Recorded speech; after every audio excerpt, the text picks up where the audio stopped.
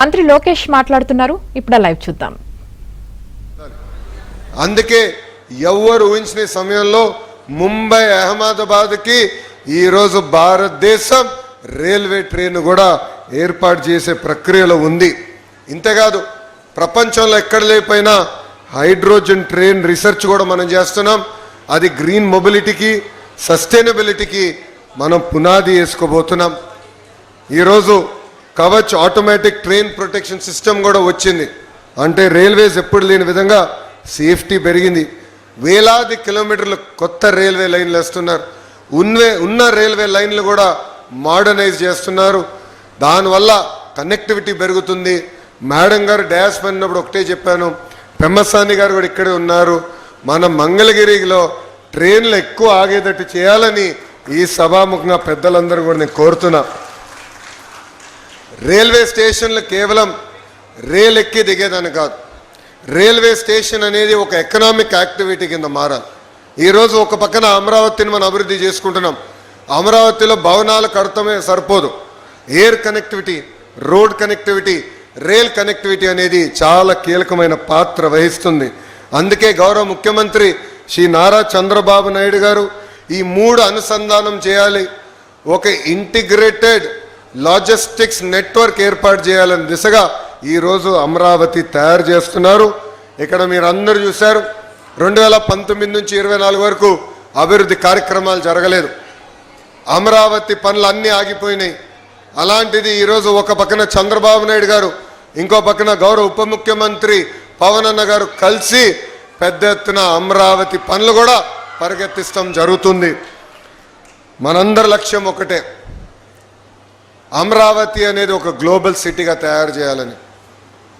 ఇక్కడ మనందరూ తెలుసు, 60 సంవత్సరాలు చెమటోర్చి హైదరాబాద్ని కలిసికట్టుకు మనం అభివృద్ధి చేశాం. అలాంటిది 2014లో కట్టుబట్టలతో మెడబట్టి మనం బయటికి గెంటేశారు. ఈరోజు నేను ఎప్పుడు హైదరాబాద్ చూసినా అసూయపడుతున్నా. అక్కడ ఎయిర్పోర్ట్ కానీ, రైల్వే స్టేషన్ కానీ, ఆ ఐటీ టవర్లు చూస్తే నాలో అసూయ ఉంది. ఆ అసూయ నాలో కసి పెంచింది. ఎస్, ఆంధ్ర రాష్ట్రం కూడా దక్షిణ భారతదేశంలో నంబర్ 1 రాష్ట్రంగా మనం కలిసికట్టుగా తీర్చిదిద్దగలుగుతామని. డబుల్ ఇంజన్ సర్కార్ అనేది చాలా అవసరం. కేంద్రంలో నరేంద్ర మోడీ గారు, రాష్ట్రంలో చంద్రబాబు నాయుడు గారు, ఇద్దరు కలిసికట్టుగా ఆంధ్ర రాష్ట్రాన్ని అద్భుతంగా అభివృద్ధి చేస్తున్నారు. ఈరోజు వాస్తవంగా చెప్పాలంటే మనందరం నరేంద్ర మోడీ గారికి రుణపడి ఉండాలి. ఎందుకంటే మనందరికీ దశాబ్దాలుగా ఉన్న కళ సౌత్ కోస్టల్ రైల్వే జోన్ ఏర్పాటు చేయాలి విశాఖపట్నంలో అని.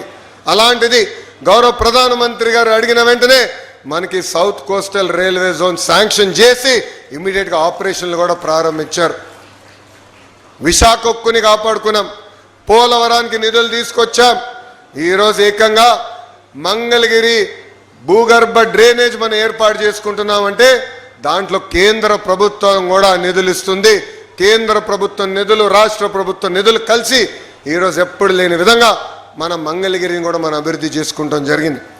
ఇప్పుడే గౌరవ మంత్రి పెమ్మసాని గారు చెప్పినట్లు మంగళగిరిలో మన అనేక అభివృద్ధి సంక్షేమ కార్యక్రమాలు చేశాం. శ్మశానాల దగ్గర నుంచి కమ్యూనిటీ భవనాలు కానివ్వండి, 100 పడకల హాస్పిటల్ కానివ్వండి, లక్ష్మీ నరసింహస్వామి గుడి కానివ్వండి, రైల్వే స్టేషన్ కానివ్వండి, ఇట్లా చెప్పుకుంటా పోతే అనేక అభివృద్ధి సంక్షేమ కార్యక్రమాలు ఈరోజు కూటమి ప్రభుత్వం కలిసికట్టుగా మీకోసం చేస్తాం జరిగింది. ఆనాడు మిమ్మల్ని అందరినీ ఒక్కటే కోరా, 2019లో కరెక్ట్గా 23 రోజుల ముందల ఒక శాసనసభ్యుడిగా మీ ముందల నుంచిన మీ సమస్యలు నేను తెలుసుకోలేకపోయా. నేనేంటో మీకు అర్థం వల్ల 5300 ఓట్లతో ఓడిపోయానని. 5 సంవత్సరాలు కష్టపడ్డా, చెమటోర్చా, మీ మనసు గెలుచుకున్నా. ఆనాడు ప్రజలందరిని ఒక్కటే కోరా, నేను ఏ మెజారిటీ అయితే ఓడిపోయానో దాని పక్కన ఒక 0 పెట్టి నన్ను గెలిపించండి, అది నాకు కొండంత బలం ఇస్తుందని. ఎవరు ఊహించిన విధంగా ఆంధ్ర రాష్ట్ర చరిత్రలో ఎప్పుడు జరిగిన విధంగా టాప్ 3 మెజారిటీతో మీరు నన్ను గెలిపించి శాసనసభకు పంపించారు. అదే నాకు